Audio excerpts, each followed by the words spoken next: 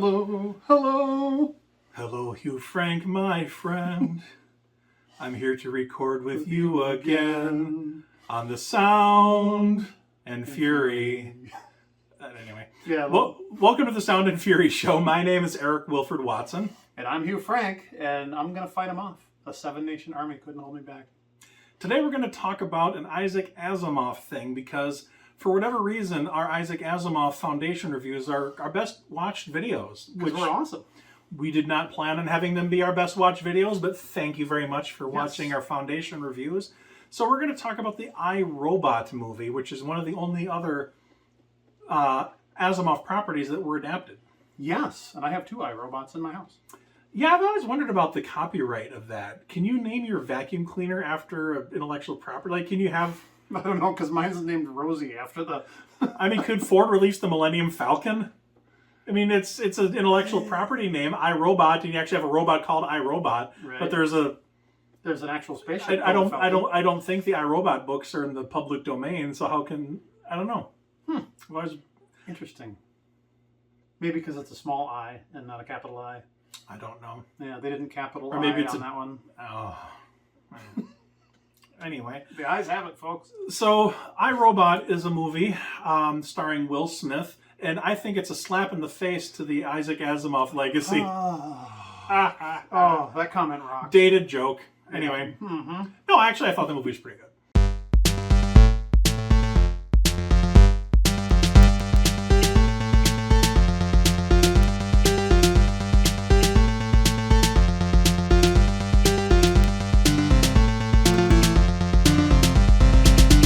Overall, have you seen it? Yes. We didn't talk about this in advance. No, we didn't. Like so many things. It's off the cuff, folks. I don't even have any cuffs. I have nothing up my sleeve. It's literally off the cuff because you don't have cuffs. Exactly. So the movie takes place in Chicago in the year 2035. Wow, way in the future. That's something that's kind of scary is how many science fiction things have already come and gone as far as what year. Like Mad Max was 2021. Oh, I remember that. Yeah. Back when the world ended and we all drove around in... Oh, wait, no, we didn't drive. We were locked in our house in 2021. It did happen. Anyway. But anyway, the iRobot movie really has almost nothing to do with the books.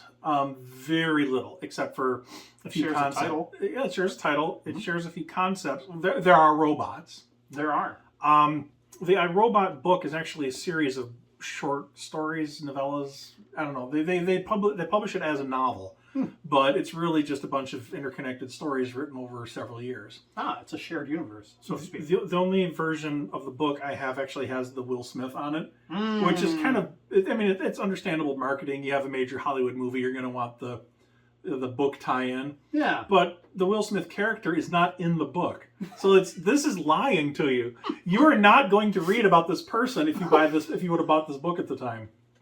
That is, by definition, false advertising. Oh, and it is a small I in iRobot, too. Yeah. Huh. I mean, it's a big eye. It's a big eye. Lowercase I. Oh. Depends which eye you look at. Look into my good eye. But this book had a sequel, and iRobot is a collection of robot stories. So the rest of the robot stories are collected in a book called The Rest of the Robots. By golly, it is. I kind of like that robot. He looks kind of friendly. No, not at all. No, it doesn't look like does he look like he wants to take over the universe and enslave humanity and kill Sarah Connor? He looks like an evil-eyed robot. Yeah. But they put all those stories together in a different edition called The Complete Robot. The Complete Robot. As opposed to the various robot parts, you have the Complete Robot. I was just talking about robot parts. I actually had to service my iRobot parts. That's like one of my favorite chores. Like, if I could go back in time to like 1984, I would not kill Sarah Connor. I would, however, tell my 1984 self that someday you are going to have a box of robot parts in your closet, and every now and again you have to service your robots by changing their wear and tear parts. Mm-hmm. I would be like, that makes sense. It'll be 2024. Of course I'll be changing robot parts. The movie takes place in an Asimov-style universe, I'll say. The movie opens, they talk about what the 3 laws of robotics are, which is probably the most famous piece of it. First law of robotics is don't talk about robotics. I think we've made this joke before. Yes, we have. The second law of robotics is... You don't talk about robotics. This is a completely unrelated note here, but I went to Fight Club, and I was a little bit late, so I missed the first couple rules, but I had a great time at Fight Club. That's cool. I'm telling everybody about it. I'm glad you're talking about it. Did they make soap? Right. iRobot started in 1940 in a science fiction magazine. Wow. So really, they've been cranking these stories out. And it's actually, you talk about shared universes, the robot books are part of the Foundation universe, which are also part of the Empire universe. So most Asimov novels take place in one continuous universe over hundreds or tens of thousands of years. Okay. Because the whole... that other one is like way off in the future, right? Foundation is, I don't remember exactly, but it's something like 20-ish thousand years in the future. Gotcha. Way the fuck far in the future. So we won't be around to see if that one comes true. Highly unlikely that we will be. But we did see Mad Max come and go. We did see Judgment Day come and go. A couple times. Yeah. August 29th, 1997. I'll never forget. It's the day we all died horribly. Yeah. Yeah, so he published these books starting in 1940. They were collected in 1950 in a collection called iRobot. So 1950 is when the book came out. Makes sense. Followed by the rest of the robots, and then the Complete Robot, as I discussed a few minutes ago, but I wasn't looking at my notes, and I am now, so that's why I'm repeating myself. Sorry, the book, echo joke. the setting of the book, iRobot, is over the course of several decades. Not all stories are in the same time frame, because they're all in the same shared universe, but they're not all the same characters. Originally, they took place in the 1980s. Okay. The future of the 1980s. The future. When you're in the 40s and 50s, Back the 80s when- sounds like far away. Yeah, back when 1984 was the future. But they relaunched them and updated the time to make them set in the early 21st century. So Okay. they moved it up a couple decades for continuity. Yeah. Main character in the iRobot movie is Detective Spooner, which is the Will Smith character that doesn't exist in the books. Although it's sort of a wink and nod to other robot books, because the iRobot and Complete Robot, those books take place in the early 21st century. But then there's a series of books starring Elijah Bailey that are robot books, but they take place about 1,000 years in our future. Starting with The Caves of Steel, and then The Naked Sun, and Robots of Dawn. Those three books star a New York homicide detective named Elijah Bailey, who gets partnered with a robot. Okay. Oh, there was a TV series like that that was canceled. Oh, was there? 4 years ago. 4 or 5 years ago. I don't remember the name of it. I'll try to. I don't know. I didn't know it existed, but it had who's the guy that played the new Kevin Bacon probably. Yeah. No, the new Bones in the new Star Trek movie. Oh, Carl Urban. Carl Urban. So Carl Urban was in it, and he was. I think I know what you're talking about. That was like a J.J. Abrams show. Yeah, it was a TV show. It had a very short run. It was really cool. Yeah, I know what you're talking about. I can't remember the name of it, but I know what you're referring to. I never watched it. I know he shot people. Whenever Carl Urban kills somebody, is it always urban warfare? So the iRobot, Just saying. The Caves of Steel was an interesting book. Caves of Steel means that everybody lives underground. People have an aversion to being out in open air. Because the Caves of Steel sealed shut by doors of stone. No, because the book actually has been written. No. Take that, Patrick Rothfuss. We have a copy of your book on VHS. We do, from the future. Because everything in the future is on VHS. Yes, and if we watch our Doors of Stone review video. Yes, and if we can collect some charity money, then we won't release anything either. Sorry, too soon? Oh, yeah. But the Will Smith character of Detective Spooner doesn't exist in the books, but at least there's a similarity to Elijah Bailey, which is a detective character. He sounds like a detective. Chicago instead of New York. 1,000 years in the future versus 2035. Different character altogether. But hey, at least they're both cops. Yeah. It's not easy being a cop. No. Anyway, most of the stories in iRobot, the books, center around the 3 laws of robotics.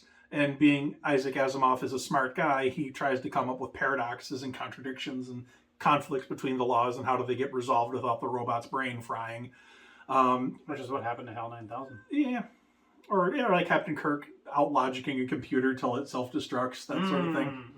I'm identical in every way with Alice 27. Yes, of course. That is exactly why I hate you. Because you are identical. The movie focuses on action, which is not what you read an Asimov novel for. Asimov is not having gunfights and action. A lot of the times the violence is off-screen, or in the Elijah Bailey stories, they're investigating a murder that already happened. Right. There's not a lot of shootouts. There's definitely not a lot of robots trying to kill people in these books. But it's an action movie. You got to have the robots doing cool stuff. And the movie, if you just take it as a Asimov-ish thing, it works pretty well as a fun movie. If you want to read it as an adaptation of the book, you're not going to like it if you look at it through that lens alone. Like so many things, the book was better. Kind of that. The book was better syndrome, right? I don't want to say the book was better. It's just not the same thing. You can't. If you want it to be the book, you're not going to like it. But then again, if you liked the movie a lot and go to the iRobot novel, you're going to be disappointed that way too. Yeah, like Hitchhiker's Guide to the Galaxy, right? They made a movie that shares a name with the book Hitchhiker's Guide to the Galaxy, but that's the only similarity. So Will Smith's character hates robots. Yes, even though he's part robot. Technically, he's a cyborg. He has a robot arm. Yes, he can break rocks with it. A power slap people when necessary. Yes, but one rock in particular, apparently. A robot saved his life in the movie. Oh yeah, because of statistical probability of him surviving, having a greater chance of surviving. The robot triaged the situation and saved Will Smith instead of a little girl. But Will Smith's like, well, if he had a soul, he would have tried to save the kid. Yep. Which is a very good distinction between artificial intelligence and real intelligence. Right. Right. Yeah. Who do you try to save? You go after the youngest person. Is it better that both die and you try to save the kid, or is it better that the guy live and or do you die trying to save the kid and then go out a hero? Whatever.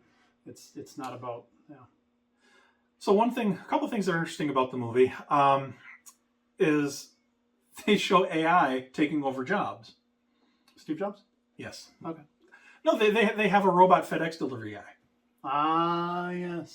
Which is weird because I'm pretty sure that was a FedEx product placement. Otherwise, they wouldn't have used a real company. Right. But did FedEx really want to pay to show that, hey, look, in the future, we're not going to have people working for it. We're going to replace all your jobs.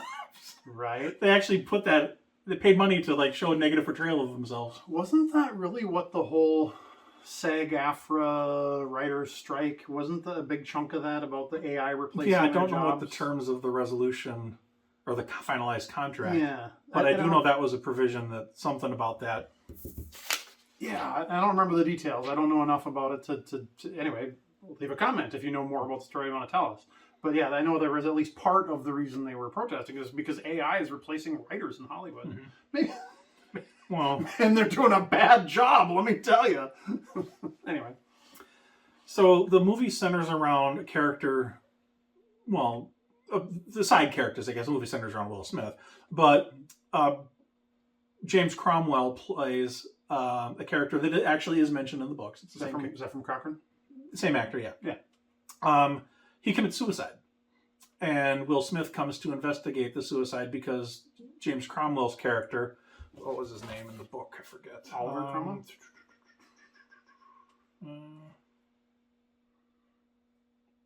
Sir, the aptly named Sir not appearing in this film.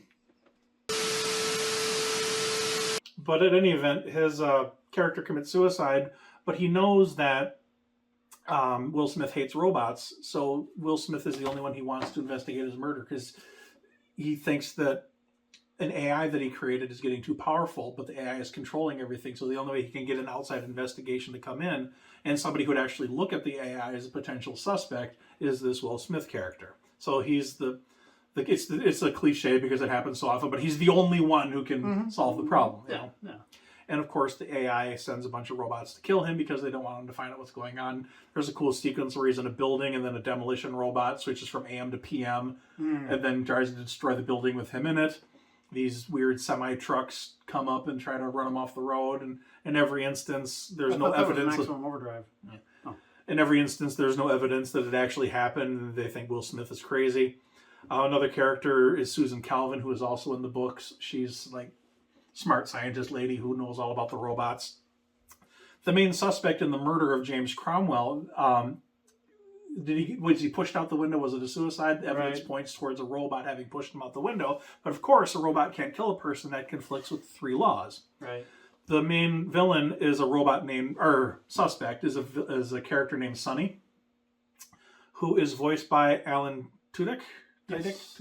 Tudyk. Yeah, a.k.a. Hoban Washburn. Yeah. Yes. I did not murder him! The AI is called Vicky, which is an acronym for something. The whole building is basically the AI. So they have this sequence, because it's a science fiction movie in the future. It's a really tall area with no handrails that you could fall to your death very easily. Oh, it's in the Empire. Okay. Yeah. Is it at least obscured by a Vicky Vale? I'm laughing, but I don't understand the reference. Vicky Vale's the reporter from Batman. Yes. Okay. I don't see how that connects. That was a bad joke. Of course it was a bad joke. I told it. No, obscured by a veil. Named, covering up Vicky would be a Vicky Vale. The company that builds the robots is called USR, United States Robots Company. Oh. U.S. Robotics is a real company. I know. Or they were, at least. I don't know. I wonder how that works, too. Again, the copyright thing. How do they use these names? Yeah, I don't know. They used to have a U.S. Robotics modem. Back when people had to have modems. What's a modem? You really don't know? No, I'm kidding. Okay. It's the same era when you had floppy disks. Oh, here it is. It was on my next page of notes. James Cromwell's character is called Alfred Lanning, who was in the books. He's the only one who saw the future AI take over. Too bad he wasn't Alfred Landing. He wouldn't have hit the ground so hard. He was trying to learn how to fly, throwing himself to the ground and missing. Oh, but yeah. He didn't Dent, miss. Arthur Dent. It didn't really work. So the more Will Smith investigates, the more robots try to kill him. By the way, spoilers, but the movie's like 20 years old or something. 27. About the spoilers by now. Yeah. Chicago is way, way, way too futuristic to be that far in the future. Oh, yeah. I mean, Chicago in 2035 is not going to be anything left of it. It's just going to be a smoking pit. Well, any city. I mean, when the movie was made, it's like probably 2000-ish, so like 35 years in the future from their point. Right. Technology's, it looks like 100 years in the future. There's just too. Yeah. That's one of my criticisms of near future science fiction, like Minority Report. It takes place in the 2050s, and the way they portray some of the technology is just like the cars going up the building sideways and stuff. Yeah, it just seems silly. Yeah. 2035 in Chicago, they still won't have a franchise quarterback. I don't understand football jokes. Okay. How many Super Bowls have the Lions been in? Yes. I know that much about football. As many as the Vikings. Yeah, so, I mean, overall, I think it was a pretty good movie. It's one of the few Asimov things that have been adapted. One of the others was Bicentennial Man, was an Asimov story. They actually have... Well, Robin Williams is a robot that wants to be human. But one of the first things he does is have a presentation where he tells his new owners what the 3 laws of robotics are. Huh, that makes sense. So, I don't really have much more to say on the movie. I think it's pretty... Oh, another thought. Here's a funny thing. Will Smith has a rack of CDs in his apartment in 2035. Oh, yeah, because CDs, they'll still... Well, I mean, because that's the way it's going to go in the future. It's going to go back to CDs and then back to VHS. So that's by the time Doors of Stone is written, it'll be on VHS again. One thing that they got right is they show somebody tapping a credit card to pay for food. Oh, that's cool. Drinks. I wonder if they got that idea from the movie. Oh, then they had smoking in a bar in 2035. Yeah. That was a future prediction that was... Yeah. Chicago itself will be smoking, but... But if you're in a bar, it'll be the only place you can't... Yeah. But anyway, the movie turns into basically a zombie apocalypse, only with robots, with a bunch of robots on the streets hurting people. And all their lights turn from blue to red, which means they've gone evil. Yes, that actually is true. There's a funny bit on Star Trek Lower Decks where they have an evil AI in a little box.